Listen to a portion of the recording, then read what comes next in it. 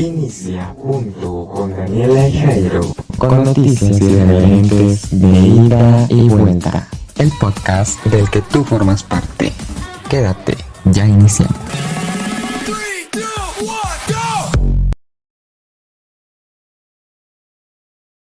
Inicia junto con Daniela y Jairo con noticias irreverentes de ida y vuelta. El podcast del que tú formas parte.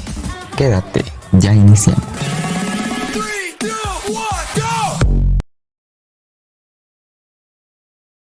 Inicia junto con Daniela y Jairo con noticias irreverentes de ida y vuelta. El podcast del que tú formas parte.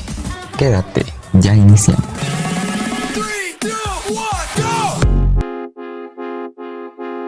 Every time you two are getting rough, my mind just sounds like Shia LaBeouf. It says no, no, no, no, no, just no, no, no, no, no. And every time I see him with you, my heart sounds like Shia LaBeouf too. No, no, no, no, no, no, no, no, no, no, no.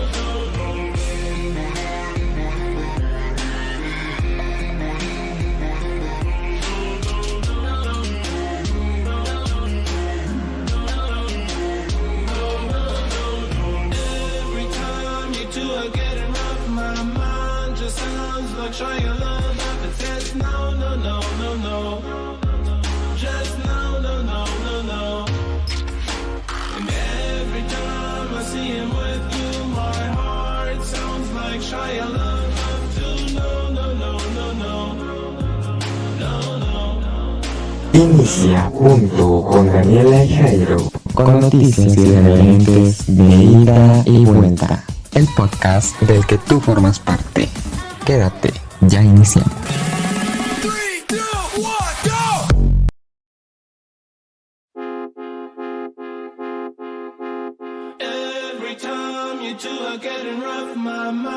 Hola, ¿qué tal? Muy buenas noches, tengan todos ustedes. Me da mucho gusto estar nuevamente en una emisión más de su programa Punto con Daniela y Jairo. En esta ocasión no se encuentra mi querida Daniela, pero esto no hace que este programa no se pueda llevar a cabo porque tenemos a una gran invitada a la cual nos va a compartir de su experiencia, de su trayectoria profesional, de su trayectoria académica y nos va a ilustrar porque sabe mucho y de muchos temas. Así que le damos la más cordial bienvenida a Gabriela López. Hola Jairo, muchas gracias por la invitación y estoy muy agradecida de estar aquí platicando contigo y con Daniela, aunque no esté aquí, en este programa que se llama Punto. Y bueno, pues soy todo oídos para las preguntas que me quieras realizar y pues con gusto te respondo. Perfecto, muchísimas gracias por haber aceptado la invitación. Primeramente quisiera que nos platicaras un poco sobre tu trayectoria académica, qué estudiaste, en qué año iniciaste, qué tal eras en la escuela. Cuéntanos un poquito de esos inicios, por favor. Bueno, yo estudié Ciencia Política y Administración Pública en la Facultad de Ciencias Políticas y Sociales de la UNAM. Yo soy de la generación de 2016, es decir, entré en agosto de 2015, pero cuenta como generación de 2016 y tengo un año de haber salido de la carrera. Yo soy originaria de Guerrero, realmente pues llegué allá en una situación de foránea, como dicen, de ser estudiambre. Y durante la carrera, pues me empezó a interesar mucho pues los temas de perspectiva de género, feminismos, políticas públicas y también los estudios de violencia. Y bueno, ya desde ahí, en finales como de la carrera, empecé a involucrarme en el mundo laboral a partir de, pues, de voluntariados, mi propio servicio social, pues como pequeños trabajos como de ayudante de investigación, y ahora pues actualmente me encuentro ejerciendo mi carrera como politóloga. Perfecto. ¿Y cómo empezaste a desenvolverte un poco más en esta área laboral? ¿Cuál fue tu primer trabajo, tu primera experiencia? ¿Cómo fue? Bueno, mi primera experiencia en el mundo laboral de las ciencias sociales, que específicamente fue pues mi carrera de ciencia política, fue con unas compañeras de mi facultad con quienes formamos una organización cooperativa que se llama Centro Cero Etiquetas. Esa cooperativa fue un trabajo muy valioso e importante para mí, porque ahí se escucha como el audio así. Sí. Esa cooperativa fue muy importante para mí porque a partir de ahí, entre las 4 que somos, porque actualmente sigue existiendo esa cooperativa, empezamos a realizar trabajos de capacitaciones y talleres en materia de perspectiva de género y derechos humanos, pero enfocado a mujeres trabajadoras en situación de vulnerabilidad. Nuestro primer acercamiento fue con mujeres de la industria manufacturera y trabajadoras del hogar. Después ese proyecto fue escalando un poco y realizamos un proyecto con mujeres migrantes en albergues de la Ciudad de México. Y también después de eso, pues siguió como creciendo el trabajo y empezamos a hacer actividades de difusión académica, de divulgación sobre perspectiva de género, derechos humanos y feminismos. Y ese fue mi primer acercamiento laboral. Y también mi servicio social, que mi servicio social pues consistió en ser ayudante de investigación para sistematizar datos de bases de datos del INEGI, de sus censos y encuestas sobre incidencia delictiva y procuración de justicia. Ok, suena muy muy interesante. Cuéntanos también un poquito sobre por qué te interesaste en temas de feminismo, comentabas de derechos humanos, de corrupción, todo este lado como un poco más, un tanto del lado progresista, si no estoy mal. Sí, bueno, cuando yo era estudiante de la UNAM, hubo una coyuntura muy fuerte que fue el feminicidio de Lesbi Berlín Osorio. Su feminicidio ocurrió dentro de las instalaciones de la universidad. Cuando ocurrió eso, en mi facultad se estaba como formando un poco el movimiento feminista de esa facultad y también el movimiento feminista universitario, que pues tiene muchas críticas por pues solo centrarse como en el entorno académico, pero bueno, ese es otro tema. Y cuando pasa lo del tema del feminicidio de Lesbi, hubo mucha organización interfacultades de toda la universidad para hacer presión de que se visibilizara y se reconociera ese delito que ocurrió como un feminicidio. Y quienes principalmente pues acompañaron todo eso fueron mujeres estudiantes feministas. Las marchas que se realizaron al interior de la universidad fueron principalmente protagonizadas por mujeres jóvenes estudiantes feministas. Y ahí me di cuenta que era muy importante pues hablar no solo de perspectiva de género, sino también de feminismo, porque la perspectiva feminista pues te da mejores y más herramientas para entender cómo funciona el patriarcado y generar propuestas de organización colectiva entre mujeres.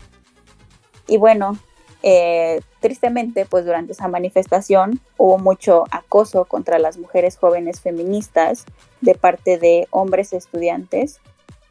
Pues sí presencié insultos, presencié pues como difamación, muchas, pues sí, como muchos comentarios revictimizantes contra Lesbi, y contra todo el movimiento feminista universitario, y eso fue lo que me hizo caer en cuenta que era importante el feminismo en nuestras vidas. Uh-huh.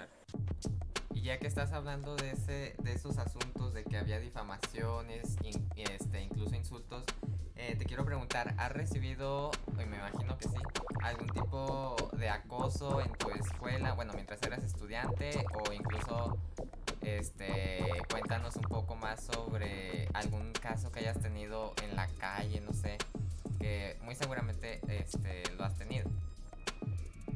Sí, sí, efectivamente. Tal vez todas las mujeres del país hemos recibido acoso sexual, claro. Y tristemente como que el primer acoso siempre es siendo muy, muy pequeñas, pubertas, niñas, adolescentes. Y sí, desde la pubertad fue cuando experimenté mi primer acoso callejero, y eso pues en ese momento no lo identifiqué como acoso, no entendía que estaba mal, pensaba que era normal vivir esas experiencias, y ya en la prepa, cuando ya pues era adolescente, digámoslo así, entendí que esas prácticas no eran correctas, que lo que estaba pasando se llamaba acoso sexual, y que era pues una falta de respeto y una muestra de poder contra nosotras, pues las mujeres jóvenes sobre todo. En la universidad no presencié acoso directamente contra mi persona, sin embargo sí viví acoso al ser parte del movimiento feminista estudiantil de mi facultad. No era yo únicamente, éramos muchas chicas, pues porque se hacía como todo lo posible por evitar protagonismos, etcétera, pero pues sí hubo como mucho desdén hacia quienes se nombraban feministas en un inicio, pero creo que ahora pues en este punto en la facultad diría yo que no hay tanto desdén por la organización feminista. Habrá sus críticas internas, sus conflictos internos, como todo movimiento político, pero la parte que a mí me tocó fue cuando más duro estaba el nombrarse feminista, y además de eso nombrarse como pues activista estudiantil, por decirlo así. Claro. Ok. ¿Cómo ves este asunto de... Bueno, ya no tiene tanto que ver con el feminismo, sino te quería preguntar acerca de la noticia que empezó a circular el día de ayer sobre las protestas de los normalistas de Ayotzinapa, en el que incluso se lanzó un camión de Soriana sin conductor? Bueno, respecto a ese tema, bueno, todo lo que yo veo siempre lo analizo bajo la perspectiva de enfoque de derechos humanos. Okay. No puedo desprenderme como de ese enfoque, y bueno, es importante siempre tomar en cuenta lo que sucedió en 2014 contra estudiantes normalistas de la normal de Ayotzinapa, y bajo ese contexto, toda manifestación que realicen los estudiantes de Ayotzinapa, siempre habrá un intento por criminalizar su protesta desde medios de comunicación y desde las posiciones de poder, que en este momento pues puede ser desde el Ejecutivo Federal y el Ejecutivo Estatal, o la población en general, que influyen por supuesto los medios de comunicación. Y en ese sentido, pues al analizarlo bajo el enfoque de derechos humanos, pues tengo entendido que se utilizó a la Guardia Nacional para contener, que más bien fue para reprimir la movilización de los normalistas, lo cual pues la Guardia Nacional no tendría por qué tener esas funciones, porque se creó con otros objetivos o con otros supuestos objetivos. Y pues los medios prestaron más atención a el camión que soltaron. Exacto. Pudo haber ocurrido un accidente, pudo haber sucedido una tragedia realmente.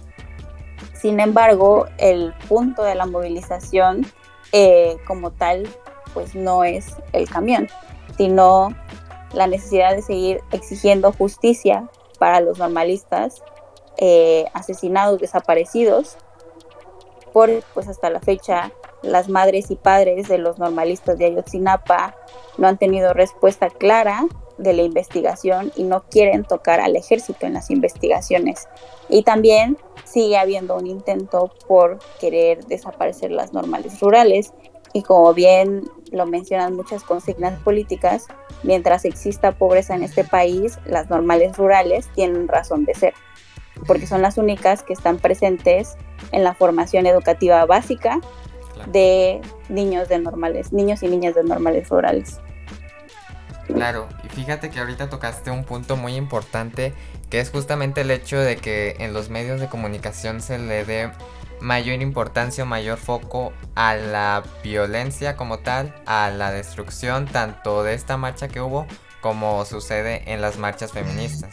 ¿A qué crees que se deba a que estos medios de comunicación realicen este tipo de acciones? ¿Va más allá de un simple morbo, tú crees? Creo que sí, creo que podría llamarse morbo, pero más bien es lo que les da ventas, views, Rating. Sí, rating, es lo que hace que el medio de comunicación tenga muchas vistas de lo que está produciendo, de lo que está mostrando. Y bueno, creo yo que eso se tiene que separar de lo que es el periodismo de investigación. Entonces, por un lado, pues tenemos a los medios de comunicación amarillistas, por decirlo de alguna forma, que se centran en lo inmediato que pasa en el momento de la violencia política y la confrontación, y por otro lado, pues a periodistas de investigación que hacen pues revisiones más claras del por qué sucede una protesta y que pues se encuentra ahí bajo la mirada de enfoque de derechos humanos.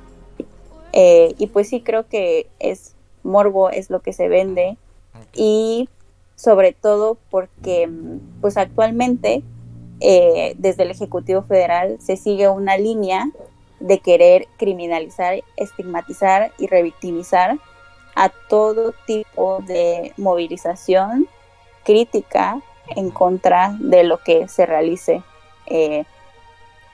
Sí, porque todo gobierno tiene sus fallos, sus equivocaciones, Claro. Y para eso está pues la población en general, la población organizada, el periodismo, las activistas, las defensoras, etcétera. Claro, ¿y qué opinas de este tema que justamente hoy salió en torno a que ya se ha hecho con anterioridad, pero hoy nuevamente se lanzaron acusaciones contra Carmen Aristegui? Que antes, o sea, se suponía que era como que parte de este movimiento y ahora ya no lo es. ¿Qué opinas de esto? Sí, bueno, evidentemente a nadie que se encuentra en el poder, en un poder muy grande como es el Ejecutivo Federal, le gustarán los señalamientos que tiene que ver con investigar propiedades y que posibles conflictos de interés, posibles actos de corrupción, nepotismo, compadrazgo, etcétera, porque pues traen un discurso de que son todo lo contrario. Evidentemente buscan la manera de continuar con ese discurso, continuar con esa línea y esa imagen que se han construido del gobierno para evitar pues cualquier tipo de baja de aprobación, porque la baja de aprobación significaría no garantizar pues su proyecto político durante muchos sexenios. Y bueno, ese es el fin, diría yo, de que se le critique injustificadamente a Carmen Aristegui, porque el trabajo de Carmina Aristegui es un trabajo fundamental para el periodismo, Claro. y también de su trabajo dependió mucho que el gobierno actual llegara al Ejecutivo Federal, Exacto. porque pues al investigar actos de corrupción, pues tráfico de influencias, conflictos de interés que hubo el año pasado, que fue el de Enrique Peña Nieto, provocó precisamente pues un cambio en la forma de pensar de la ciudadanía mexicana al identificar que había cosas muy incorrectas en el sexenio pasado. Y pues desde ahí el gobierno actual aprovechó pues para construir su narrativa también. Entonces, evidentemente, afectar su trabajo periodístico está de la mano con mantener su proyecto político durante más sexenios. Ya que hablas de eso, de mantener ese poder durante más periodos, ¿tú crees, tal como lo sustentan muchos críticos a este movimiento, crees que hay una posible reelección? No, eso lo veo complicado. ¿Verdad? Sí. Sí. No veo que planteen una reelección, sino más bien una consolidación de figuras políticas muy afines a pues ese proyecto que han construido, a esos pues sí, como posturas ideológicas, la manera en la que se toman las decisiones. Pero la reelección es muy complicada porque requiere reformas constitucionales que implicarían pues que básicamente todo el Congreso, bueno, el Senado, la Cámara de Diputados, estuviera de acuerdo, y lo veo muy complicado que suceda. Pero más bien le apuntan a consolidar nuevas figuras políticas para la presidencia, para las futuras presidencias, y por supuesto, como todo partido político, tiene sus conflictos internos. Sin embargo, pues hacer todo lo posible por mantener ese poder centralizado, tanto dentro del partido como dentro de la administración de gobierno federal. Ok, muy bien, estoy muy de acuerdo. Ya que estamos hablando de ese tema, ¿qué personaje de este movimiento lo ves más posible de candidato para el próximo, para la próxima elección federal? Realmente, muchos. Sí, hay muchos, realmente hay muchos. No tendría como una persona clara, pero de acuerdo a los medios de comunicación, siempre ponen a Marcelo Ebrard, a Claudia Sheinbaum y a Monreal. Bueno, Monreal tiene otros conflictos dentro de su partido. Sí. Y bueno, creo que son los únicos que tengo en mente por ahora. Pero realmente no sabría cómo a quién terminarían poniendo. Podemos llevarnos una sorpresa, o si podría ser alguno de esos tres. Pero pues ellos, como organización de partido, tendrían que tomar la decisión internamente para ver quién sería su presidenciable. Lo que sí es que la figura del presidente actual, pase este sexenio, seguirá siendo una figura muy importante para la persona que decida candidatearse a la presidencia. Entonces, lo que sí es que por lo menos Claudia Sheinbaum y Marcelo Ebrard son muy cercanos a la figura del presidente, tanto en periódicos, en su propia publicidad, en lo que presentan en las mañaneras, en cómo hacen sus informes, etcétera. Entonces, yo pienso que está entre ellos dos. Ok, sí, es que la verdad está muy reñido entre ellos dos. A veces se le da más apoyo, bueno, por parte de esta figura tan importante, Canosito, le da mucho apoyo y porras a Claudia, y otras veces a Marcelo. Entonces De hecho, como pienso que Marcelo ha buscado como que la forma de estar acaparando más el foco público. No sé tú Ujú. cómo lo veas. Sí, Siempre anda buscando, sí, ¿verdad? sí, está usando sus medios Ajá. para posicionar más el del trabajo que ha realizado. Ujú, Exacto, incluso a través de tweets, por ejemplo, recuerdo cuando, bueno, todavía sigue la polémica en torno a la reforma eléctrica y que también te quiero ujú. preguntar, por cierto, sacó un tweet, como si fuera el experto en esa materia y otra vez, sacó algo que tenía que ver con la venta de Banamex, que debería de ser, nacionalizado. Entonces sí, como que siempre busca estar ahí en el ojo público, aunque no le sepa, pero ahí está. Pero bueno, también te quería preguntar en torno a la reforma eléctrica. ¿Tú le ves futuro? Así como está, sin quitarle una coma, ¿tú le ves futuro o crees que no va a proceder?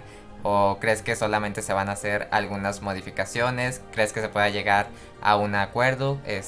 Me gustaría saber tu opinión en torno a esto. Bueno, pues ahí te diré, no soy experta en eso, en los temas de política eh, ¿Energética? energética.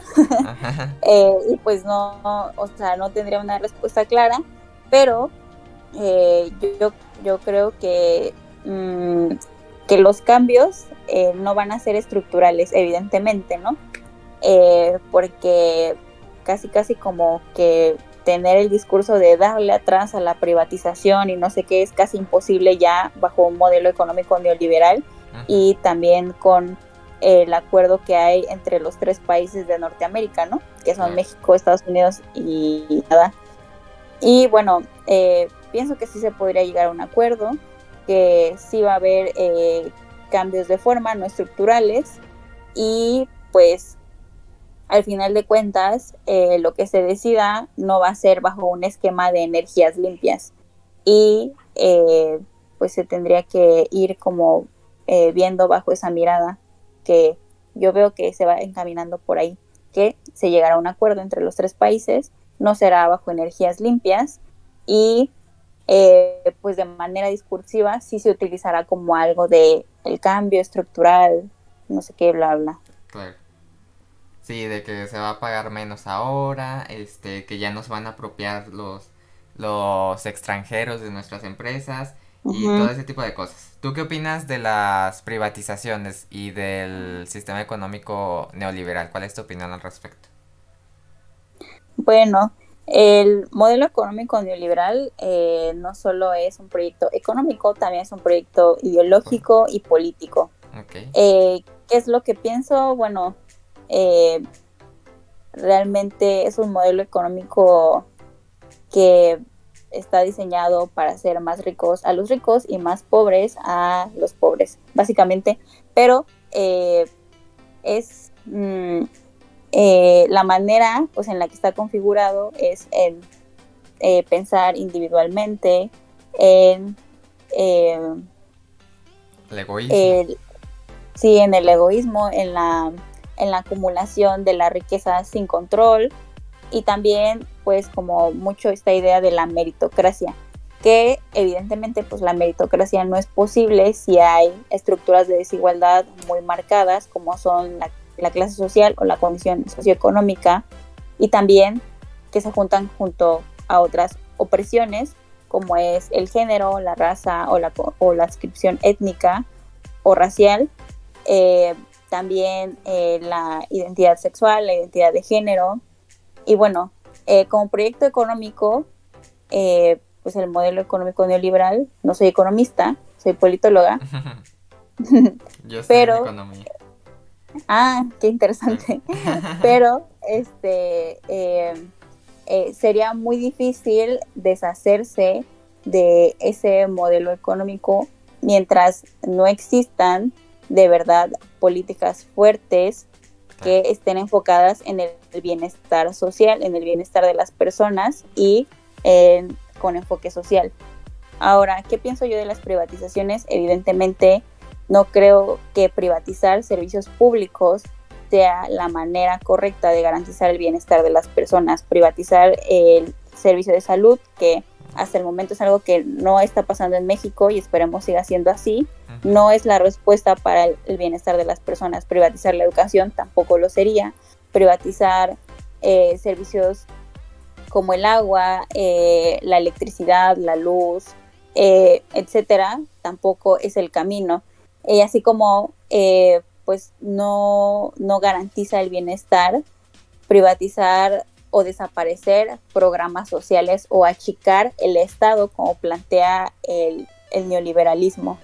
Más bien se tendría que reforzar todos los derechos y servicios por y para personas.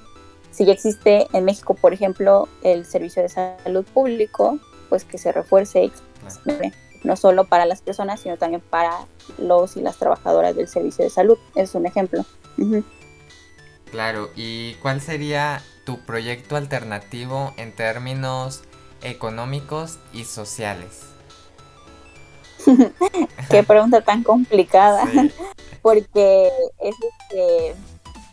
es literalmente pensar en todo un mundo que tal vez decirlo así sonaría como ficticio, porque pues cómo sería, casi la pregunta es cómo sería el mundo ideal.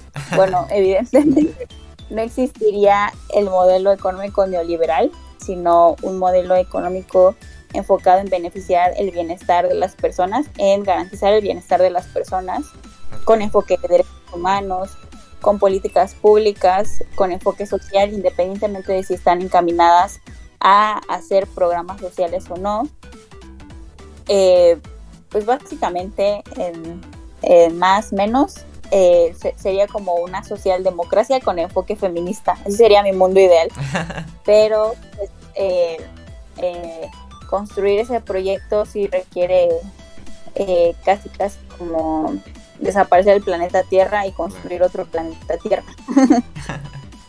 ¿Tienes fe en que llegue algún personaje que tenga una buena voluntad de cambiar hacia el mundo?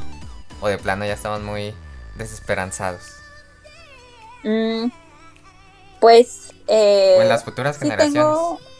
Sí tengo esperanzas.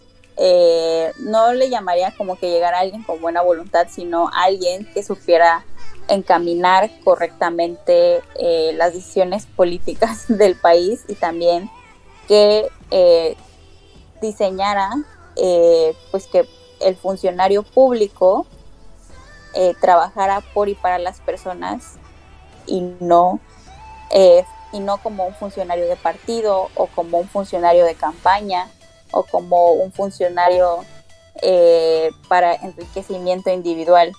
Entonces, eso sigue sucediendo, y ese es uno de los grandes problemas del por qué un proyecto político como es el actual, el del Ejecutivo Federal, suena tan bonito en las palabras, pero en las acciones resulta todo lo contrario, porque la lógica del funcionario sigue siendo una lógica de funcionario de partido, y eso no beneficia a las personas. Tampoco diseñar programas sociales como propaganda política beneficia a las personas.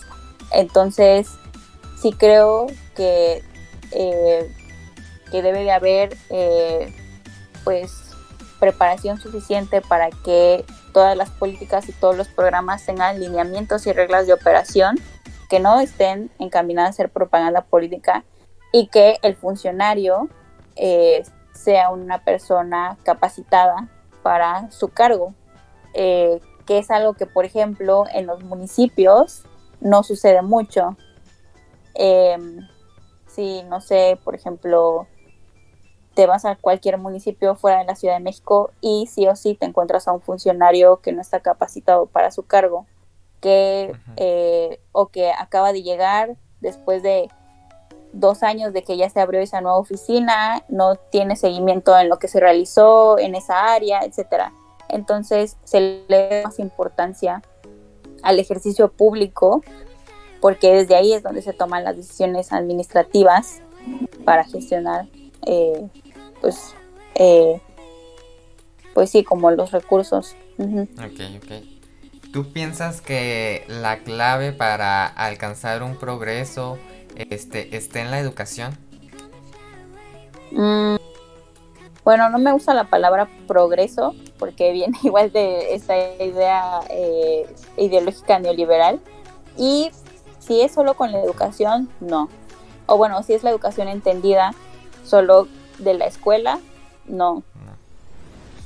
Creo que viene acompañada de muchas cosas, de acceso a servicios, acceso a recursos, de política de cuidados, de políticas sociales para la crianza, de trabajos con seguridad social, de garantizar la vejez digna, con pensiones dignas y justas, del acceso a la educación pública en todos sus niveles. Viene acompañado de muchas cosas, no solo con la educación, porque, pues decirlo así, nos podremos referir a la educación para quienes puedan acceder, a la educación privada, a la educación bla, bla, bla, sino que viene acompañado de muchas cosas. Claro. ¿Tú cuál, también te quiero preguntar, tú qué, de lo que vemos en nuestra vida cotidiana, tú cuáles consideras que son privilegios y que realmente, nuestro día a día tal vez no lo reflexionamos o no le damos la atención como tal y que realmente otras personas no lo tienen? Bueno, la palabra privilegio últimamente se está utilizando para nombrar derechos. Entonces, por ejemplo, pues hoy en día todavía existen trabajadores que tienen acceso a seguridad social, a incapacidades de salud, etcétera, pero por ejemplo esto no tendría por qué ser un privilegio en la pandemia, tiene que ser un derecho. Privilegio sería pues una persona que, por ejemplo, además de tener la seguridad social e incapacidad por ley, tendría los recursos para acceder a un servicio privado de salud de primera, que no todas las personas tienen, pero ese servicio de salud privado precisamente fue diseñado y hecho para personas con el dinero suficiente para acceder y comprar de él, ¿no? Entonces, eso podría ser un ejemplo. Claro que pagarse una consulta, por ejemplo, de una franquicia de farmacia que cuesta aproximadamente 50 pesos, no es un privilegio, sino pues una respuesta ante un sistema de salud pues como muy saturado o que no es garantizado para todas las personas que ejercen un trabajo. Y ese pues es como un ejemplo que daría yo de lo que es el privilegio y de lo que es el derecho. Ok, muy bien, ya aclarado eso. Bueno, es que hay muchos temas en serio de los que te quiero preguntar. Otro de los temas también que ha estado en el ojo del huracán ha sido las declaraciones de Gabriel Cuadri en torno a las personas trans. Bueno, específicamente lo hace hacia las mujeres trans. ¿Cuál es tu opinión al respecto? Bueno, evidentemente Cuadri es un retrógrado, un transfóbico. Definitivamente. Y pues su crítica no tiene fundamento, no tiene razón de ser. Hay como reflexiones mucho más importantes que hacer. Por ejemplo, diseñar pues mejoras al servicio, mejoras para el acceso a derechos y servicios de la población trans, de mujeres trans, y también mejora del acceso a derechos y servicios de mujeres cis. En este caso, por ejemplo, nosotras, pues, las mujeres cis o mujeres biológicas, pues por ejemplo, tenemos como la capacidad de embarazarnos y dar a luz, y en ese sentido el diseño de las guarderías, pues como el tener acceso a seguridad social para los hijos o hijas, también como el adquirir incapacidad, no si nos enfermamos nosotras, sino si se enferman los hijos o las hijas, es un derecho por el que deberíamos como abogar y por el que se debería también cumplir. Y por otro lado, pues en el tema de las mujeres trans, serían como demandas diferentes, que en este caso sería adquirir seguridad social e incapacidad para sus tratamientos de transición, por ejemplo, o de mantener su transición. Entonces, creo yo que es más bien por ahí por donde debería encaminarse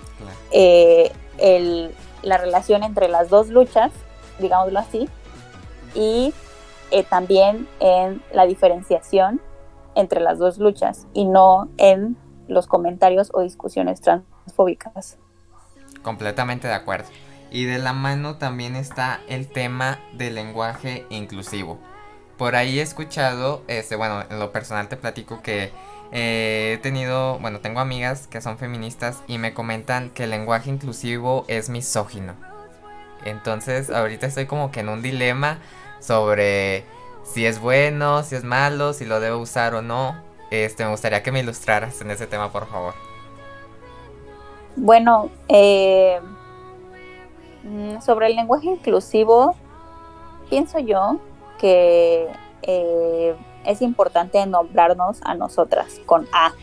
Entonces, de ahí yo creo que es importante porque si no se nombra no existe.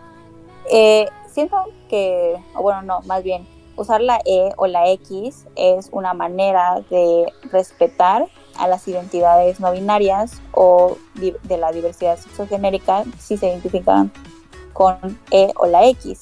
Sin embargo, yo que pues estaría hablando como mujer feminista, abogo y defiendo que se nos nombre a nosotras las mujeres con A. Entonces, pero para el tema de lo que es escrito, porque hablado tú puedes decir como bienvenidas, bienvenidos, bienvenides, y escrito yo prefiero utilizar el neutro. Por ejemplo, en vez de decir las y los jóvenes, prefiero decir la juventud o cosas así, porque creo que así se nombra a todas las personas. Cuando se trata de escritos que yo les digo con perspectiva feminista, con enfoque de derechos humanos y con perspectiva de género, sí utilizo ese lenguaje neutro y además el lenguaje inclusivo. Y también nos nombra a nosotras. Creo que eso depende como de cada persona, pero lo que sí es un hecho es que el lenguaje cambia con el tiempo. Exacto. Las identidades tienen que ser respetadas y también nosotras tenemos que ser nombradas y pues no desaparecer, ¿no? Uh-huh. Exacto. Como tú bien dices, el lenguaje se construye todos los días e incluso hay estudios que avalan de que, por ejemplo, si tú en un anuncio pones que solicitas abogados, pues muy probablemente la mayoría de las solicitudes que te van a llegar pues van a ser de hombres, pero si tú especificas se solicitan abogadas y abogados, ahora sí es cuando realmente pueden llegar de ambos géneros. Uh-huh. Exactamente. Entonces de ahí pues la importancia. Otro de los temas que también ha estado en los últimos días en el ojo público ha sido el tema del embajador en Panamá, Pedro Salmerón.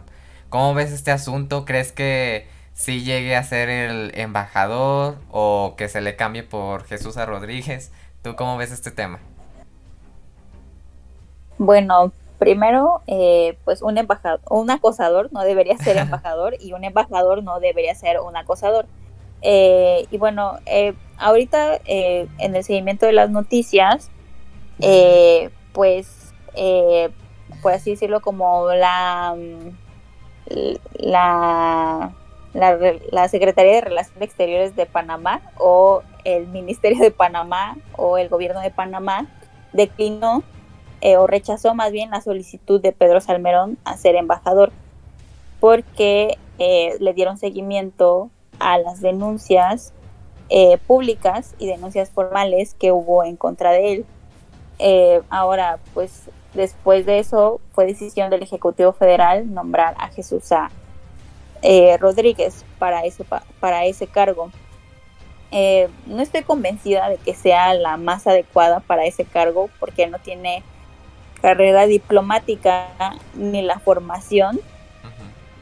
Creo yo que hay perfiles mucho mejores dentro de ese proyecto político que nombran como Cuarta Transformación para hacer a una persona embajadora de Panamá. A su vez, pues esas denuncias que se realizaron en contra de Pedro Salmerón sí funcionaron y sirvieron. También la presión de toda la sociedad civil feminista organizada funcionó, y es ahí donde es la importancia de la perspectiva feminista y de la organización feminista. Sin embargo, tristemente, pues a Salmerón lo movieron como asesor presidencial, que pues de nueva cuenta, en inicio el gobierno decía que la figura del asesor presidencial era una pérdida de dinero, pero ahora lo están utilizando con el fin de pues respaldar a alguien que forma parte de su proyecto político, y que, como bien digo, el dinero puede utilizarse de manera mejor, el dinero público. Y pues es lo que he mapeado. Pienso que la posición, o bueno, como la propuesta de Jesusa, es probable que se concrete, ya que ahorita, o sea, ojo público, en el huracán del ojo público, porque Salmerón ya fue. Entonces, esto es lo que mapeo por ahí. Ok, muy bien. ¿Tú por qué crees, justamente de este tema, por qué crees que por parte del Ejecutivo haya esta necedad tan recurrente de encubrir a este tipo de personas, de no atender a las peticiones de las personas, que frente a viento y marea siga defendiendo a esta clase de personas? Bueno, yo sí genuinamente se lo adjudico a que el presidente es una persona que tiene la mentalidad de la época del caldo. Claro. Entonces, y bueno, a eso bien de realizar un mejor trabajo en su capacitación con enfoque de derechos humanos y perspectiva de género, porque ya vemos que quiere poner a gente como Salmerón, que piensa como él, como asesores presidenciales. Ya vemos de dónde viene ese discurso que tiene, que es una izquierda machista, una izquierda conservadora y una izquierda que en definitiva no está actualizada, y que a veces ni siquiera se puede nombrar como izquierda, porque defiende violaciones a derechos humanos como la militarización. Uh-huh. Y la intimidación a víctimas de cualquier delito, sobre todo si son mujeres. Entonces, eso. Uh-huh. Ok, perfecto. Entonces, ¿no crees que tenga una ideología? Porque realmente se dice de izquierda, pero vemos acciones de derecha, otras veces un tanto de izquierda, otras veces, o sea, sin ningún tipo de rumbo, sino solamente a lo que atrae al público. Creo que sí tiene una ideología, y yo la llamaría la izquierda posrevolucionaria. O Okay. sea, de verdad la que se quedó como muy lejos en la época de Lázaro Cárdenas, e incluso mucho antes, Sí. porque él sí tienen como un discurso muy claro y definido, como de si bien como esto, como de derechos, supuestos derechos humanos, pero a su vez una lógica como muy arcaica, como del priismo posrevolucionario, no sé cómo explicarlo. Sí. Entonces, pues pues sí, así lo noto.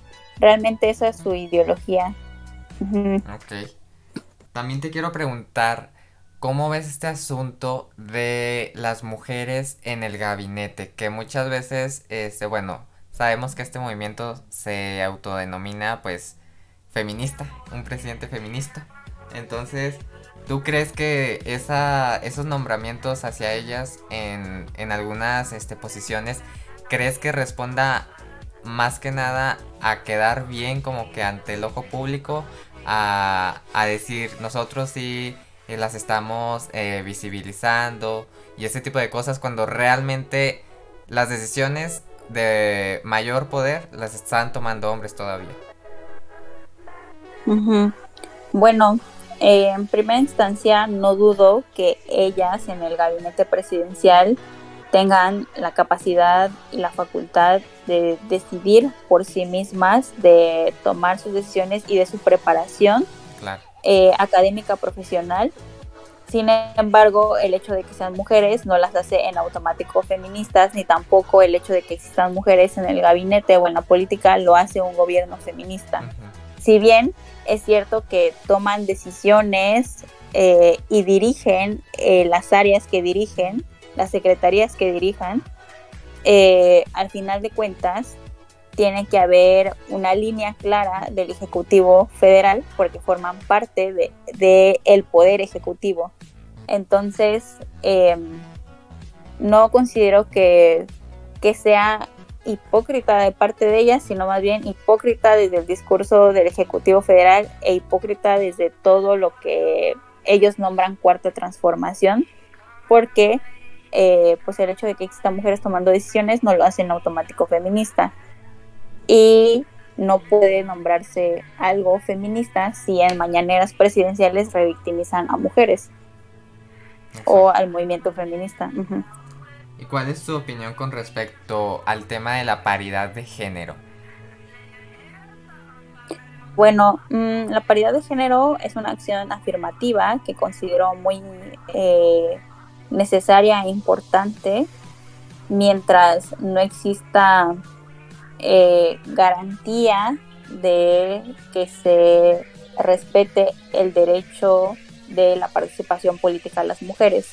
Sin embargo, la paridad de género no es suficiente para tener perspectiva, para hacer políticas o propuestas con perspectiva de género. De eso más bien depende de la agenda que entre a esos espacios de participación política. Porque, pues si bien, por ejemplo, entran mujeres conservadoras antiderechos con la paridad de género, no significa que nos beneficie a nosotras las mujeres, ni mucho menos a la agenda feminista. Pero con la paridad de género sí ha habido apertura de agendas feministas, como por ejemplo la despenalización del aborto en muchas entidades federativas, que bueno, aún faltan, pero pues poco a poco. Ese es un ejemplo. Claro, completamente de acuerdo. Otra de las cosas que también quisiera que nos compartieras es en torno al tema de los micromachismos. Danos todo tipo de información relacionada a ella, porque pues realmente incluyéndome, muy probablemente he caído en alguno de ellos y quisiera que por favor nos hablaras de ese tema tan pero tan importante. Bueno, yo no le llamaría micromachismos, más bien le llamaría como tal machismo, Okay. porque el machismo, pues, no nada más son actitudes que tienen como una definición clara, sino una serie como de pensamientos, de estigmas, de juicios, de formas de hablar, de forma de dirigirse, o sea, y también una serie como de formas de entender el mundo, que eso en la perspectiva feminista o en el feminismo se le llamaría patriarcado, porque el patriarcado es lo que define la forma de ver el mundo, y de ahí pues se traslada a lo que conocemos como machismo. Y por eso yo digo que no existen los micromachismos, sino actitudes machistas o el machismo. Y bueno, lo que se entiende por machismo pues son todas estas acciones que se realizan en función del desprecio hacia las mujeres, en su inteligencia, en su capacidad, en su dignidad, en su forma de ser, en la forma en la que se accede a derechos, etcétera.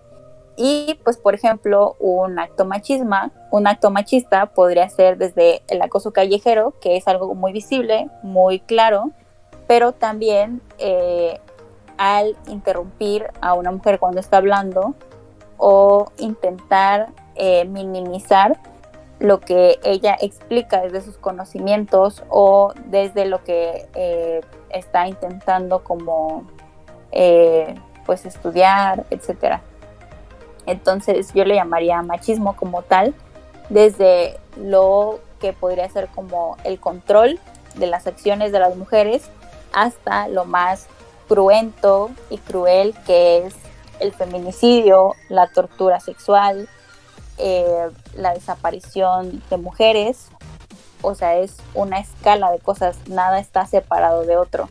Y pues en los distintos niveles de violencia contra las mujeres se refleja el machismo. ¿Y qué acciones crees tú que nos tocaría a nosotros los hombres? Bueno, bastantes. Pues primero el aprovechar todos los medios de información que se tienen actualmente, sobre todo teniendo internet, para informarse respecto a lo que es el machismo, la perspectiva de género, el enfoque de derechos humanos, el feminismo, el respetar espacios de mujeres, el respetar agendas feministas y a su vez entender cómo la situación actual de violencia contra las mujeres está afectando pues sí, como el acceso a la vida política de las mujeres también, porque el hecho de ser mujer en un país en donde al día asesinan o al día hay 11 mujeres asesinadas, 11 feminicidios, inevitablemente provoca daños emocionales y daños políticos a la organización que tenemos a las mujeres. También todo lo que implica el llevar una organización, por ejemplo, para la despenalización del aborto, tendría que ser como una situación de no de acompañamiento, sino de entender el porqué de las demandas feministas. Entonces yo no llamaría o no diría que se convirtieran en aliados, sino más bien en, como decimos, en traidores del patriarcado. Y ser traidor del patriarcado es decir, como romper con actitudes que son misóginas, machistas, actitudes patriarcales, pero lo cual es muy difícil una vez que ya se fue o que ya fuimos criados y criadas en un mundo patriarcal. Entonces sí requiere mucho trabajo personal y político, trabajo político, porque pues requiere como entender que hay espacios que es donde debe entrar pues la organización de mujeres feministas. Uh-huh. Claro, me gustó mucho ese término, traidor del patriarcado. También nos está, bueno, ya estamos teniendo un poco de actividad por el chat de Twitch. Sí. Salvador Fernández nos pregunta, bueno, te pregunta a ti, ¿cuántos tipos de feminismos hay? ¿Cuántos tipos de feminismo hay? Ajá. Bueno, pues con el feminismo o el feminismo, pues solo hay uno. Sin embargo, más bien hay muchas corrientes teóricas o críticas feministas que se hacen diversas, porque eso más bien creo yo que es una confusión muy, muy usual, muy recurrente. Entonces, no podría decirte un número exacto, pero usualmente la división es feminismo de la diferencia y feminismo de la igualdad. Y entonces, en la parte del feminismo de la igualdad es la que entiende que hombres y mujeres deben tener el mismo acceso a derechos, el mismo acceso a recursos, a servicios, etcétera. Y el feminismo de la diferencia es donde empieza como la crítica más fuerte de que las mujeres no somos un ente homogéneo, ni tampoco debemos de entender nuestras demandas o nuestras preocupaciones y nuestros problemas políticos y sociales a partir de las necesidades de los hombres. Es decir, si bien vamos a tener igualdad jurídica, pero eso no es suficiente. Y en el feminismo de la diferencia es donde se desprenden muchas corrientes teóricas feministas, que pues ahí entra, por ejemplo, el feminismo radical, el feminismo decolonial, el afrofeminismo o feminismo negro, el feminismo chicano, el feminismo comunitario, etcétera.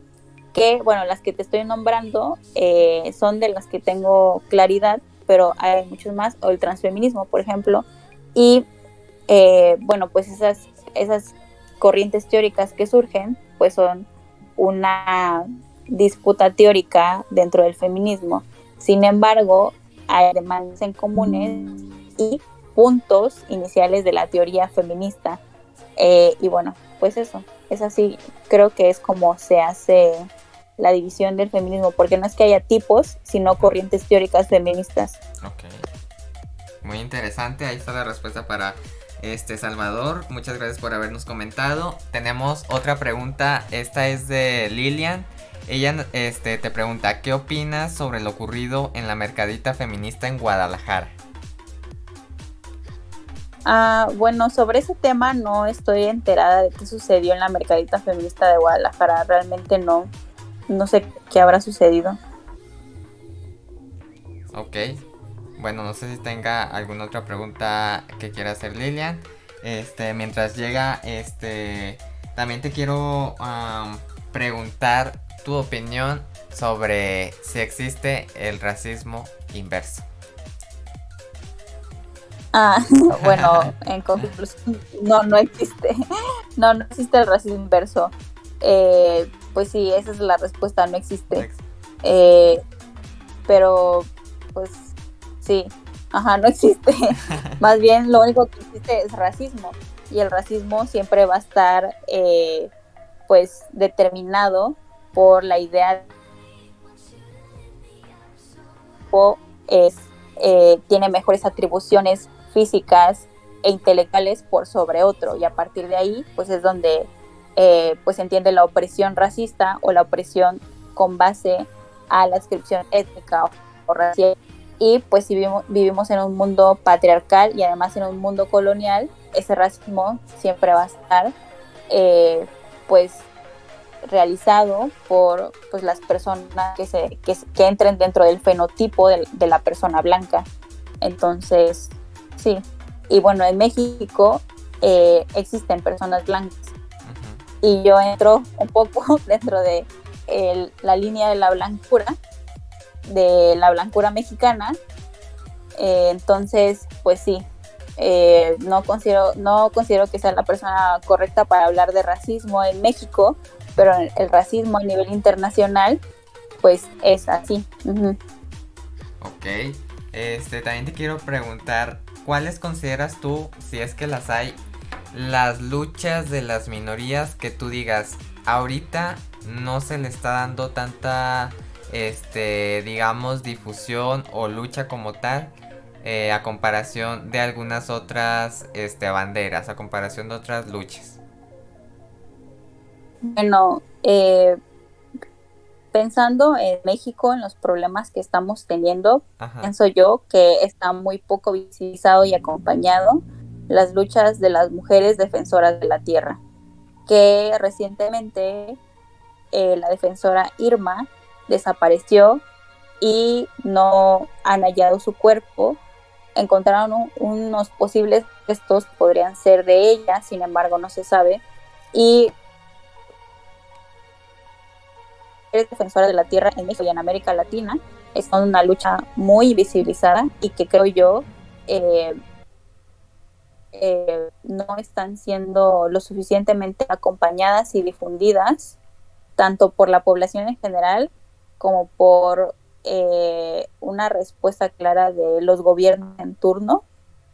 Y creo yo que le estamos dando más atención pues a estas noticias que son morbosas, como lo dijimos al principio, como lo del camión, como lo de que suceden enfrentamientos en segundos, en minutos, etcétera. Entonces creo que la lucha de las mujeres defensoras de la tierra en América Latina y el Caribe están siendo desplazadas y no difundidas ni acompañadas. Ok, perfecto. Otra pregunta que te quisiera hacer es, ya me sospecho tu respuesta. ¿Cuál es tu opinión con respecto a quienes, que obviamente ahorita ya son mucho menos cantidad de personas, pero aquellos que a veces dicen o solían decir, que debemos seguir el ejemplo de un país como Estados Unidos? Mm, que hay muchas personas que quieren seguir el ejemplo de Estados Unidos, esa es la Ajá. pregunta. Sí, o sea, Ah, que lo ven como el modelo a seguir para toda nación, digamos, subdesarrollada que quiere mm, llegar a desarrollada siguiendo ese modelo.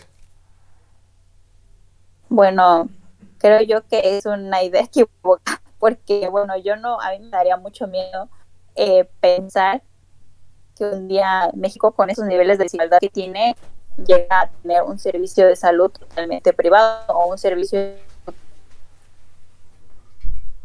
que ten deudas de por vida con pagar la universidad. Entonces, creo que hace falta investigar más sobre cómo es su modelo de administración gubernamental y de cómo administran el acceso a derechos, que más bien allá no son derechos, sino privilegios Ujú. en Estados Unidos, y pensar en si eso es algo viable para nuestro país o no, lo cual yo considero que no. Y bueno, eso también viene de que desde mis relaciones y mis posturas políticas, todo conocimiento y toda política, todo lo que simplemente debe ser situado, es decir, de acuerdo al contexto en el que nos encontremos. Y evidentemente México no se encuentra en condiciones de tener un servicio de salud, por ejemplo, privado, un servicio educativo privado, o eh, el tener eh, un uso de armas como lo tiene Estados Ujú. Unidos, etcétera. Entonces, sí creo que se tiene que pensar en eso. Claro. Ya que estamos en Estados Unidos, ¿por qué crees que allá se le dé tanta, digamos, que la gente tome más, consideración de las teorías de conspiración? ¿Por qué crees que allá se expanden de forma más rápida? Por ejemplo, sabemos que allá hay una muchísimo mayor cantidad de personas antivacunas, que por fortuna aquí en México es muy poca si lo comparamos. ¿A qué crees que se deba que fenómenos como Trump hayan tomado mucha fuerza en aquel país? Y en general de las teorías de conspiración. Mm, Fíjate que, bueno, lo de Trump, evidentemente su racismo estructural, al tema de las teorías de la conspiración, yo también me he hecho esa pregunta en otras ocasiones, pero no encuentro una respuesta clara.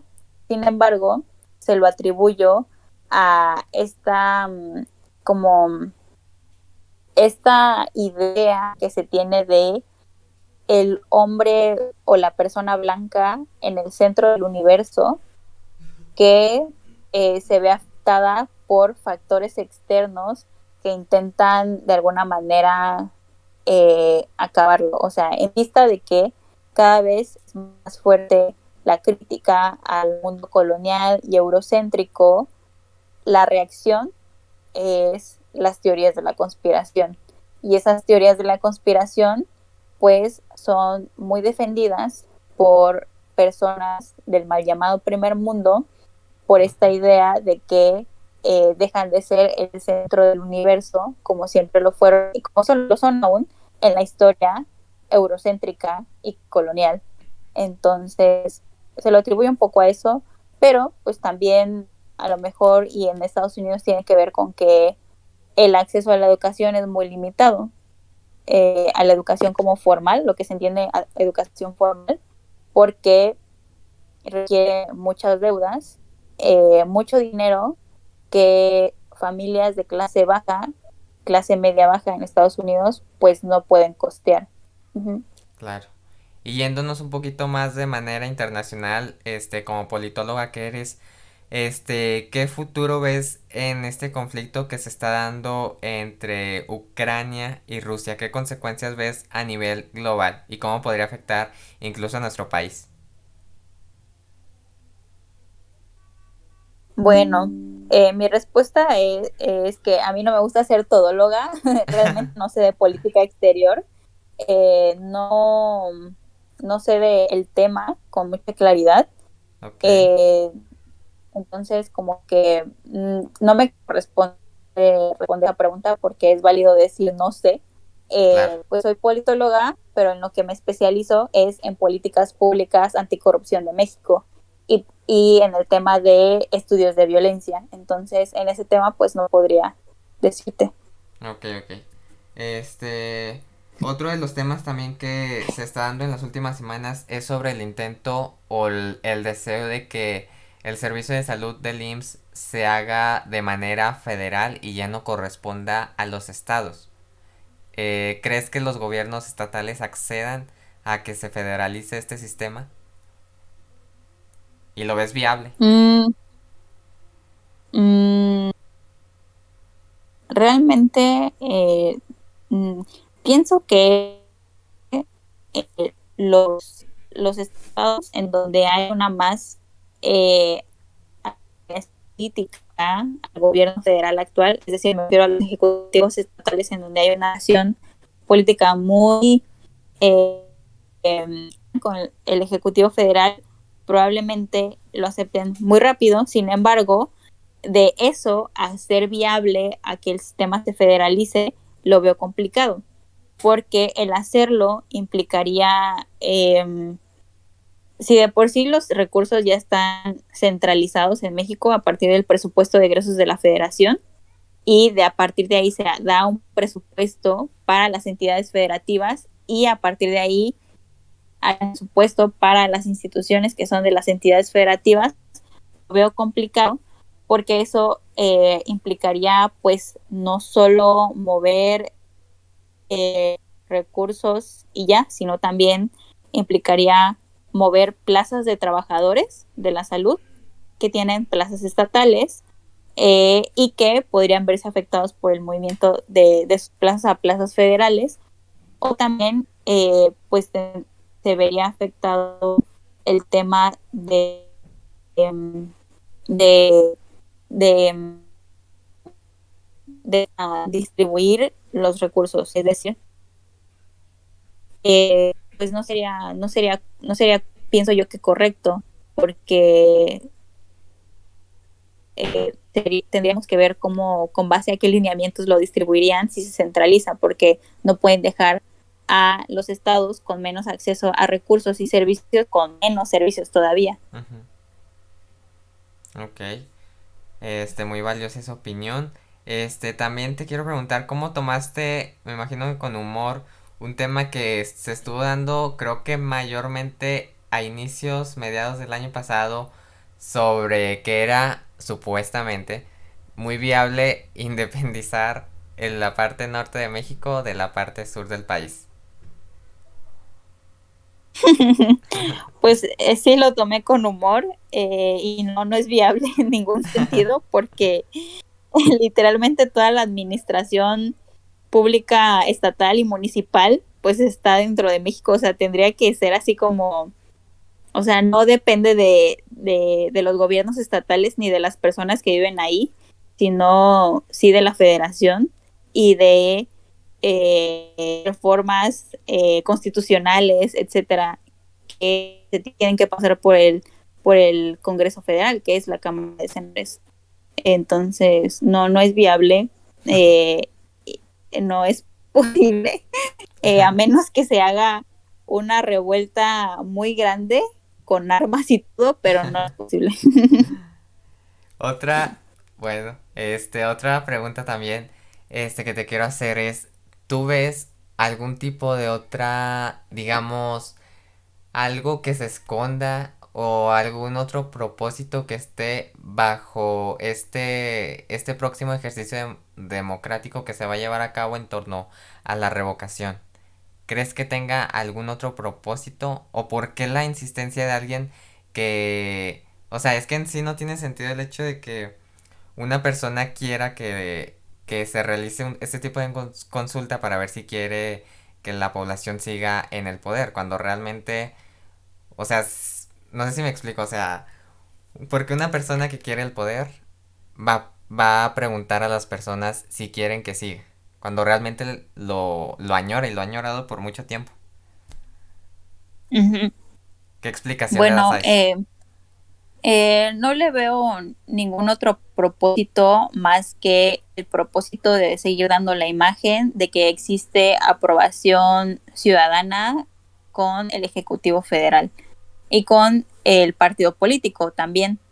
Ese es el único motivo realmente, porque la revocación de dato pues no existe ni constitucionalmente ni es una consulta que sea legal como tal.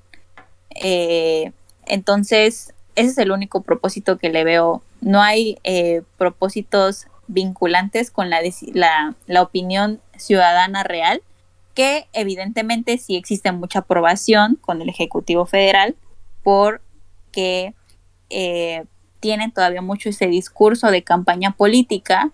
Sin embargo, es únicamente para reafirmar más términos de campaña política que existe aprobación con el Ejecutivo Federal, pero no tiene otro propósito real. Claro, completamente de acuerdo. También te quiero preguntar, ¿crees que ese mantenimiento en la popularidad se deba a ese mismo discurso, también a los apoyos económicos que han sido, yo diría, por ejemplo, sobre todo en jóvenes construyendo, que pueden ser un poco, un tanto un despilfarro el hecho de que no se tengan como que los estudios suficientes para determinar en qué se va a gastar ese dinero? Uh-huh. Bueno, respecto a la controversia que ha habido del programa de jóvenes construyendo el futuro, evidentemente no existen lineamientos claros de operación. Es decir, es un programa que sí está diseñado muy mal y tampoco tiene lineamientos de prevención de la corrupción, Ujú. lo cual es muy contrario a todo lo que dicen en el discurso, ¿no? De que vamos a acabar con la corrupción, lo cual pues no está pasando si no existen lineamientos y de operación, ¿no? En los programas. Y bueno, evidentemente hay mucha falta de transparencia del uso del recurso. Sin embargo, es un programa que en palabras de la Secretaría Federal del Trabajo sí tiene una intención correcta y adecuada, pero la intención no es suficiente. Es decir, personas que buscan o que recién salieron de la universidad, que buscan capacitaciones laborales para después ingresar formalmente al mundo laboral, suena como un programa muy maravilloso, muy bueno. Sin embargo, en su diseño no tienen contemplado una vinculación en el trabajo formal. ¿Por qué? Porque es un programa en el donde cualquier tipo de centro de trabajo puede darse de alta. Y cuando hablo de que cualquier tipo de centro de trabajo puede darse de alta, es que pueden incluso ser centros de trabajo que precaricen o que exploten laboralmente a sus becarios de jóvenes construyendo el futuro, cuando pues la beca únicamente contempla aspectos de capacitación y trabajos de medio tiempo. Y a su vez, también hay una idea falsa de que es becas para ninis, que lo dicen como desde un término despectivo y clasista, Sí. cuando pues también contempla el trabajo con que llamados de oficios, que más bien no son oficios, sino también trabajos manuales, como es de mecánico, de constructor, de otros tipos, porque también está encaminado a personas jóvenes que no pudieron terminar sus estudios, pero ya realizan trabajos o quieren ingresar al mundo laboral. Entonces, realmente no es para ninis, es para personas que trabajan. Sin embargo, las condiciones de trabajo que se otorgan no son del todo o no son adecuadas para ejercer el trabajo ni para ingresar al mundo laboral, y tampoco tiene lineamientos y reglas de operación, ni tampoco control de la corrupción, porque ese programa puede, sin ese monitoreo que tiene y sin esa transparencia que tiene, puede ser utilizado para evasión de recursos realmente. Muy cierto. Completamente de acuerdo y no lo había visto, o sea, desde esa perspectiva con tanta profundidad y tienes completamente toda la razón. Otro ya de los últimos temas que quiero tocar contigo es el tema de la migración. ¿Cuáles consideras tú que son las políticas públicas que se necesitan para, digamos, humanizarlos? Porque en serio que es una vergüenza y una lástima el trato inhumano que se les da. Y no solo desde ahora, sino desde hace mucho tiempo. Bueno, primera, creo que desde el discurso del gobierno en turno debe dejarse de criminalizar a las personas migrantes.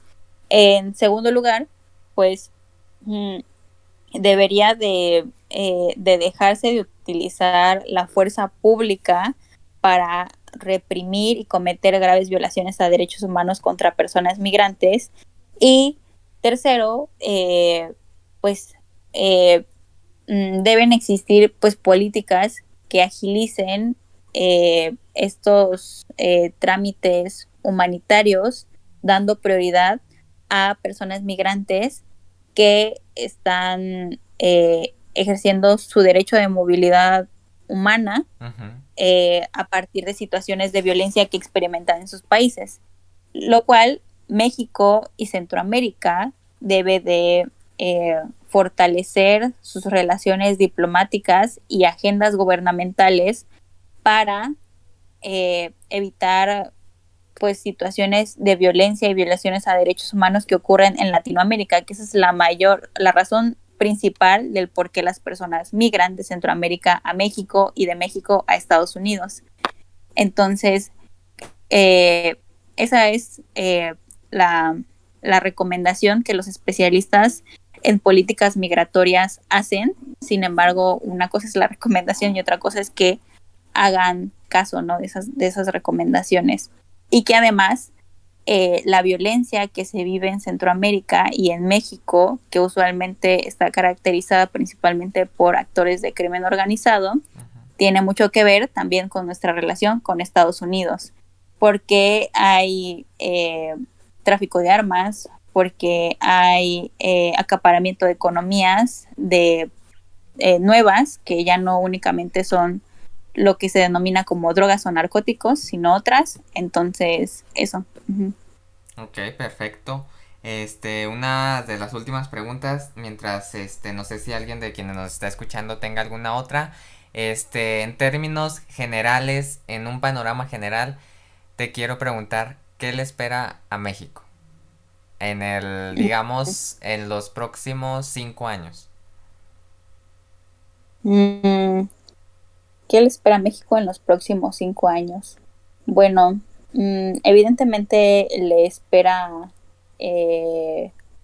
mucha, en términos discursivos, mucha demagogia. En términos políticos, le espera pues mucho debilitamiento institucional de áreas e instituciones que fueron diseñadas para garantizar derechos democráticos en el país. Veo también mucha más propaganda política, en el sentido de que se sigue fortaleciendo la figura del funcionario de partido. Evidentemente los niveles de violencia no van a bajar, porque la estrategia de la Guardia Nacional no es una estrategia o no es una política integral, sino un paliativo. Y bueno, en aspectos económicos, pues bueno, una cosa es que no haya recesión económica, pero no significa que la calidad de vida de las personas vaya a mejorar. Entonces, básicamente lo que veo dentro de los próximos años es la misma situación en la que nos encontramos ahorita, porque no, pues no se esperan cambios estructurales, y tampoco no vamos en un panorama de convertirnos en Venezuela como personas que hacen análisis muy chafas de repente dicen, sino que evidentemente México permanecerá con una crisis de derechos humanos y también con una falta de garantía de acceso a servicios y recursos, que si bien hay ciertos programas sociales, esos programas sociales no están diseñados para ser permanentes y para tener una mejoría en la calidad de vida de las personas, sino solo para ser asistencialistas y de propaganda política. Uh-huh. Exactamente. ¿Y ves a los movimientos sociales un poco ya más afianzados o crees que todavía se tenga que dar este tipo de lucha? Pienso yo que también una de las estrategias del actual gobierno es ir cimentando el activismo y las movilizaciones sociales para que se cree esta imagen de que toda la crítica al gobierno es de derecha y que no existe ya la organización de izquierda o progresista. Entonces, lo que yo sigo viendo es evidentemente una imagen de criminalización a la movilización social, a la organización política de izquierda fuera del partido, y también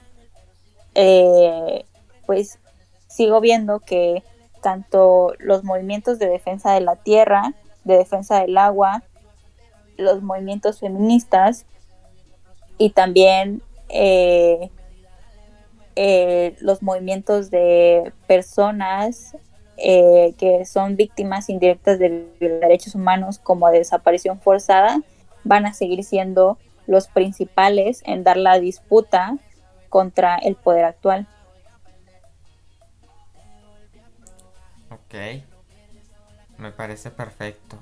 Ya para finalizar, para quienes estén escuchando este podcast o para quienes lo escuchen un poco después, quiero que ya para finalizar nos des un mensaje a todas esas personas, algo con lo que te quieras ir.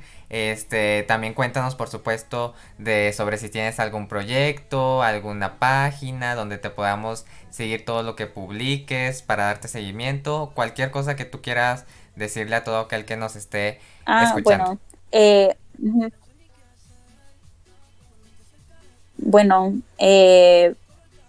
Lo primero es no me crean todo, es decir, siempre hagan su propio criterio, investiguen por su cuenta, claro.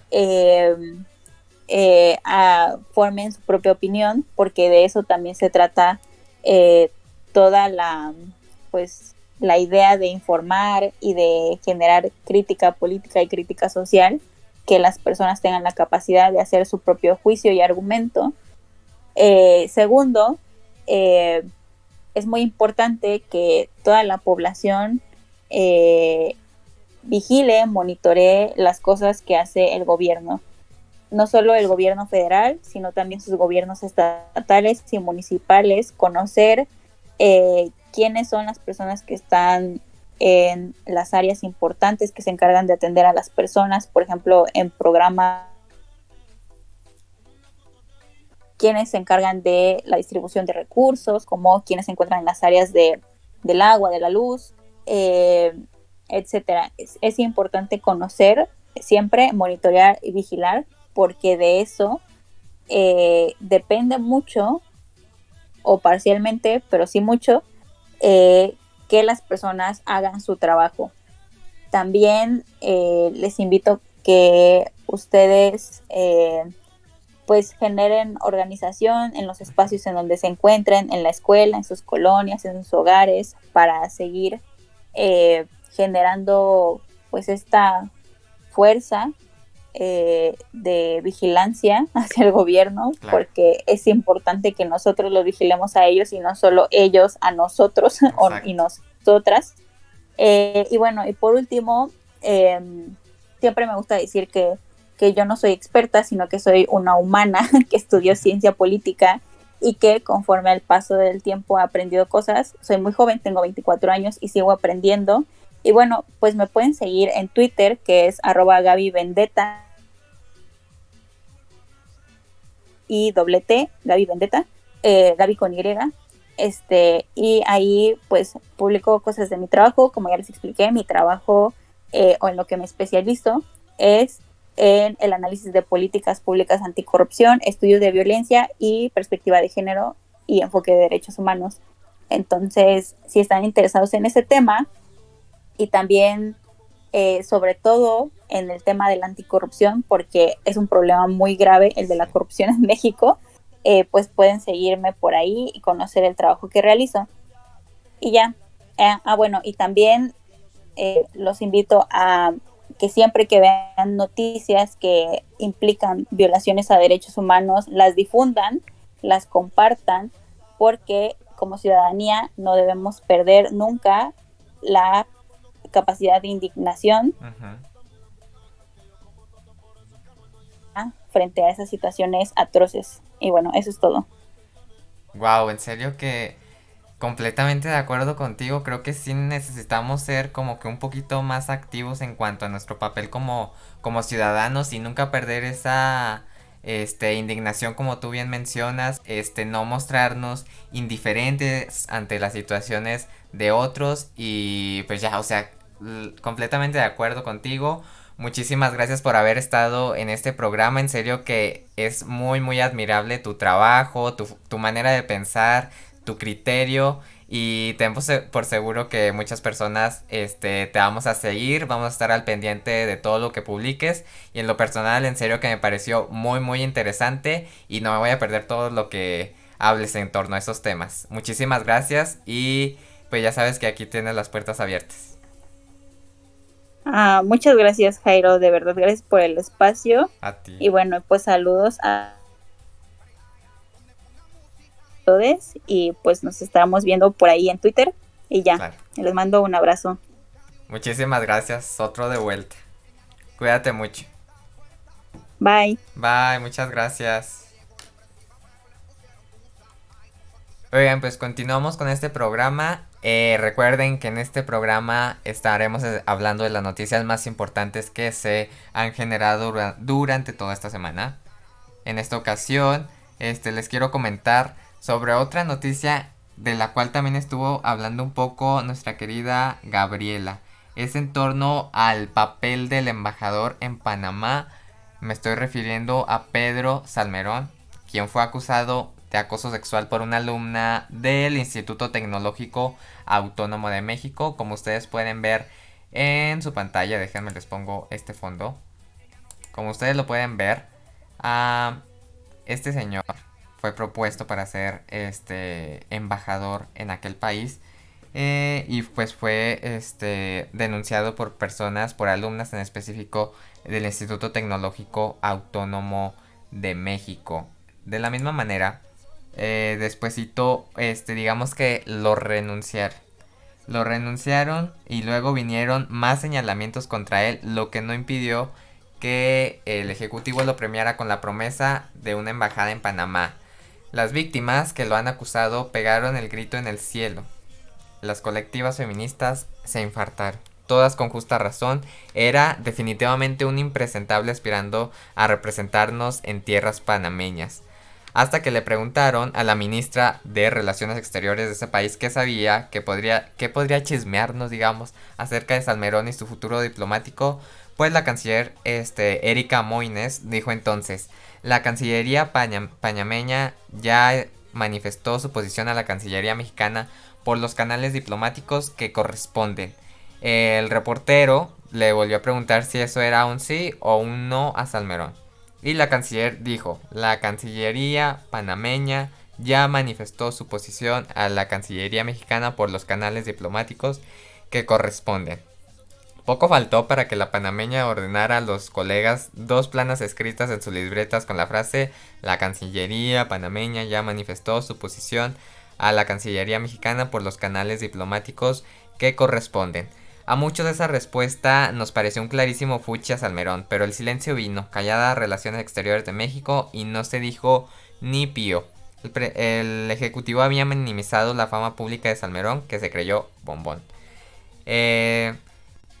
También, ya que estábamos hablando durante la entrevista sobre Carmen Aristegui, ella entrevistó justamente a Jorge Eduardo Ritter, ex canciller panameño y quien sabe de estas cosas, y dijo textualmente: en el campo diplomático basta que el país no conteste la solicitud por 30 días, que fue lo que pasó, y se entiende negado. Es muy poco frecuente que los países digan abiertamente no puede venir, salvo que se consulte informalmente y el gobierno responda también informalmente.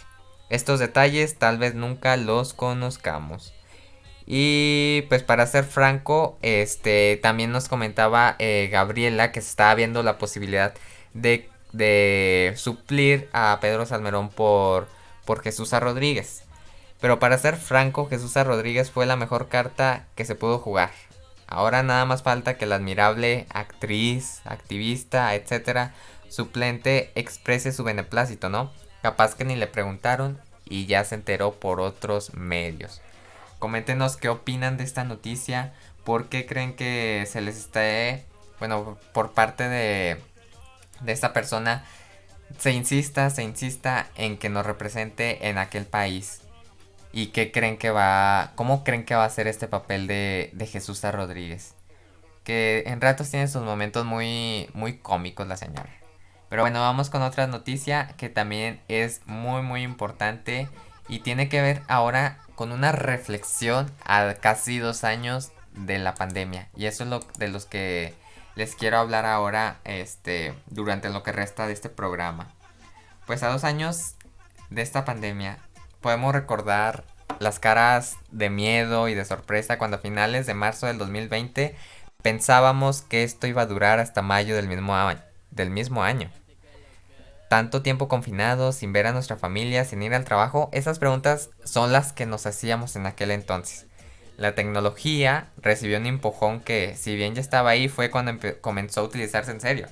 Empezamos con las juntas en Zoom y a 2 años de la pandemia seguimos riéndonos de quienes olvidan apagar su cámara en el baño y repetimos o nos dicen constantemente: tu micrófono está cerrado, cuando empezamos a hablar. No solo fue el trabajo, nos reunimos virtualmente con nuestras amistades, descargamos House Party, que por cierto ya no existe. Desempolvamos los juegos de mesa, bailamos en TikTok, hicimos panque de plátano, empezamos a enamorarnos del mundo de las plantas. Los seres humanos somos predecibles en el dolor, el miedo y en la felicidad. Actuamos de las mismas formas.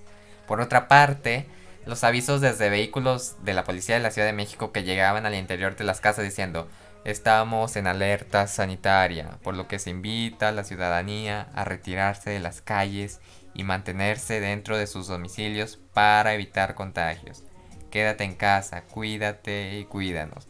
Recuerda, el objetivo es no contagiar y no contagiarse.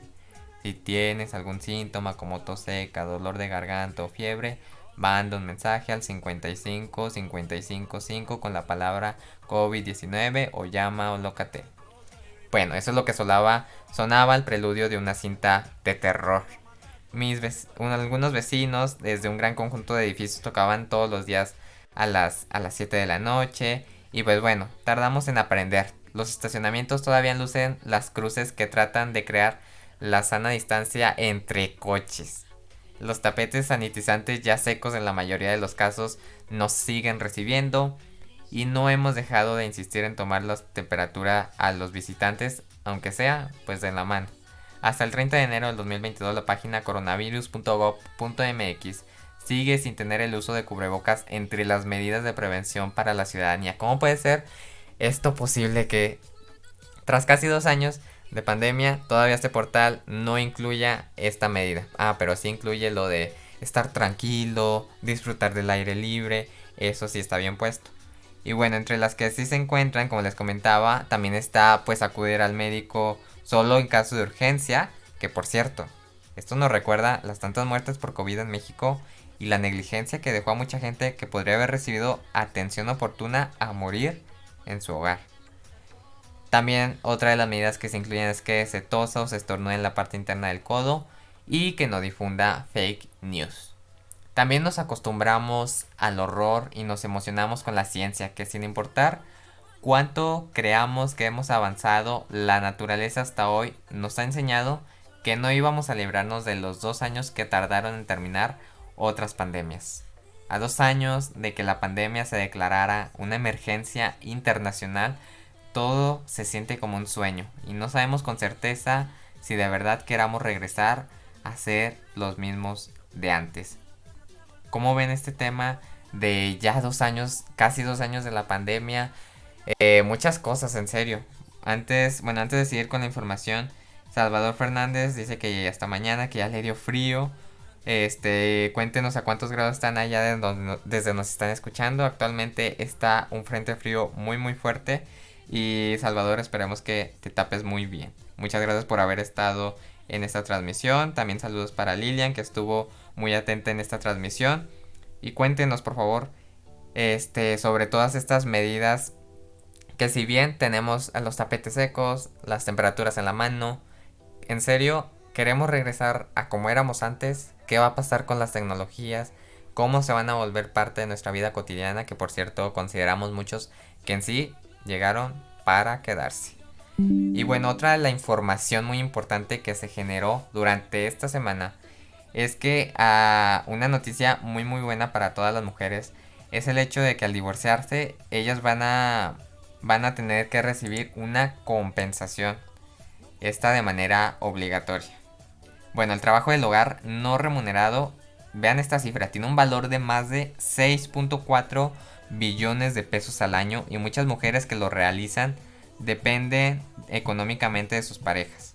La Cámara Baja aprobó una reforma para protegerlas en caso de divorcio.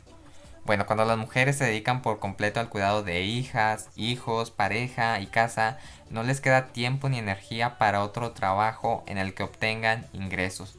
Trabajan todo el día, todos los días, pero no generan antigüedad ni experiencia que le interese al mercado laboral y tampoco adquieren bienes. Pero gracias a que ellas realizan todas estas tareas, sus parejas pueden tener un empleo y un salario. Si se divorcian, aparentemente nada es de ellas, pues no aportan dinero. Se enfrentan a buscar empleo con la dificultad de la edad o de no contar con una trayectoria satisfactoria para las empresas, mientras su cónyuge no se ve afectado en ninguno de estos sentidos. En este aspecto, la Cámara reconoció esta deuda histórica con las mujeres y con el trabajo del hogar y de cuidados, el cual no ha sido valorado socialmente. Por mayoría, el Pleno aprobó una reforma al Código Civil para compensar a las mujeres que durante el matrimonio se dedicaron principalmente a esas tareas, hasta con el 50% del valor de los bienes. La compensación significa colocar en igualdad de derechos a las mujeres, quienes al asumir las cargas domésticas y familiares no lograron desarrollar en el ámbito laboral las mismas posibilidades. Por 459 votos a favor, el Pleno avaló modificar este artículo para que en el convenio de divorcio se establezca el porcentaje de restitución. Ahora vamos con los datos del INEGI. De acuerdo con este instituto, el valor del trabajo y del hogar no remunerado representa el 27.6% del Producto Interno Bruto, una cifra para nada despreciable. Esto quiere decir 6.4 billones de pesos. De esta cantidad, el 72.2% lo aportan las mujeres con su trabajo y su tiempo, mientras que el 26.7% restante los hombres.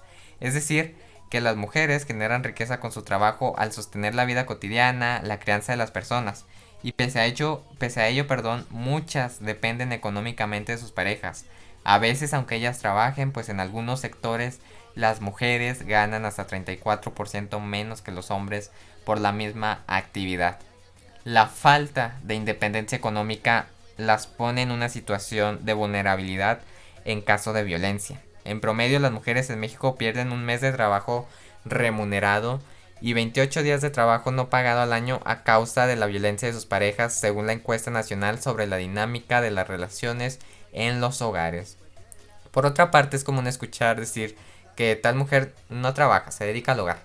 Eso suelen decir. Una tarea que en sí nunca tiene descanso, que comienza desde muy temprano y acaba a altas horas, a veces también en las madrugadas. La distribución inequitativa del trabajo del hogar y una inserción desigual del mercado laboral provocan que las mujeres incluso interrumpan su carrera profesional, limiten sus posibilidades de desarrollo, empoderamiento económico y calidad de vida. En sí, esta reforma pues indica que cada caso se va a resolver de manera particular y que será el juez o la jueza de lo familiar quien resuelva las circunstancias y fije el porcentaje de la compensación. Se proponía también que la compensación solo fuera para las parejas que se hayan unido bajo el régimen de separación de bienes.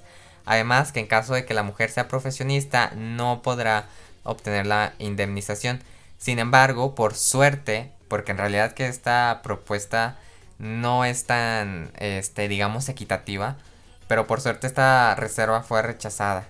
Las ministras y los ministros analizaron el caso de una pareja quien se había divorciado después de varias décadas de matrimonio. La mujer se había dedicado a la familia, por lo que no tuvo un empleo remunerado.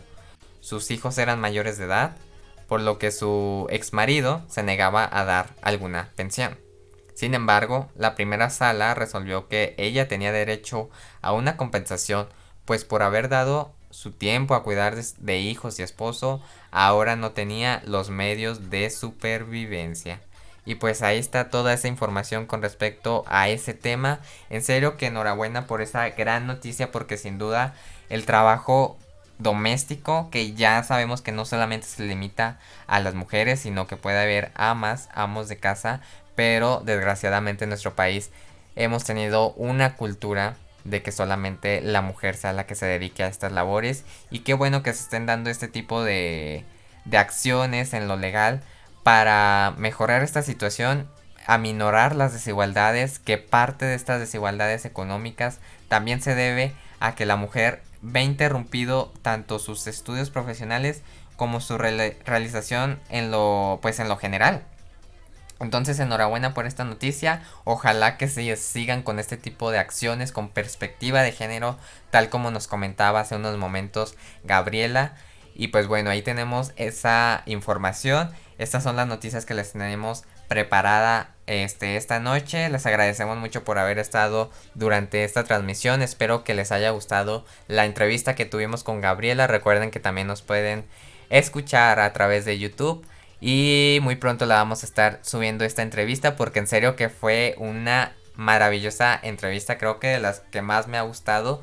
Y les agradecemos mucho. Gracias, Gabriela. Gracias a quienes estuvieron comentando. Gracias a quienes nos vieron. Y recuerden que nos estamos escuchando el próximo sábado a las 8 de la noche en Punto con Daniela y Jairo. Muchísimas gracias y hasta la próxima. Adiós.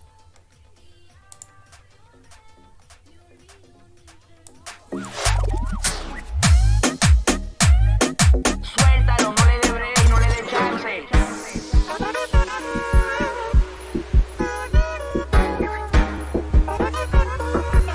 La batidora de mente dice todo caliente, todo caliente, todo caliente, caliente. Ese toque me dice vente, vente.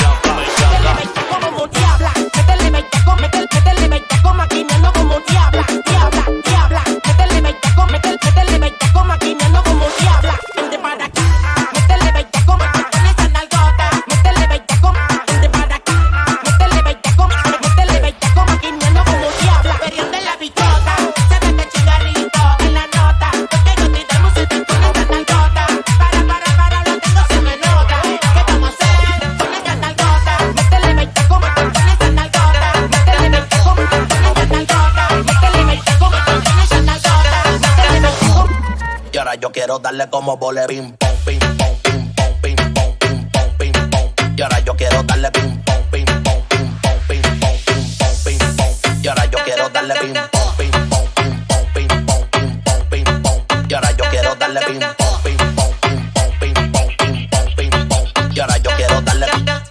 Mami, yo quisiera darte dembow, dembow, dembow, dembow, dembow. Mami, yo quisiera darte dembow, dembow, dembow, dembow, dembow. Mami, yo quisiera darte dembow, dembow, dembow, dembow, dembow, dembow, dembow. Te voy a dar dembow, dembow, dembow, dembow, dembow, dembow. Te voy a dar lo tuyo por ley, dembow, dembow, dembow, dembow, dembow, dembow, dembow. Te voy a dar dembow, dembow, dembow, dembow, dembow. Mi bicho anda fugado y yo quiero que tú me lo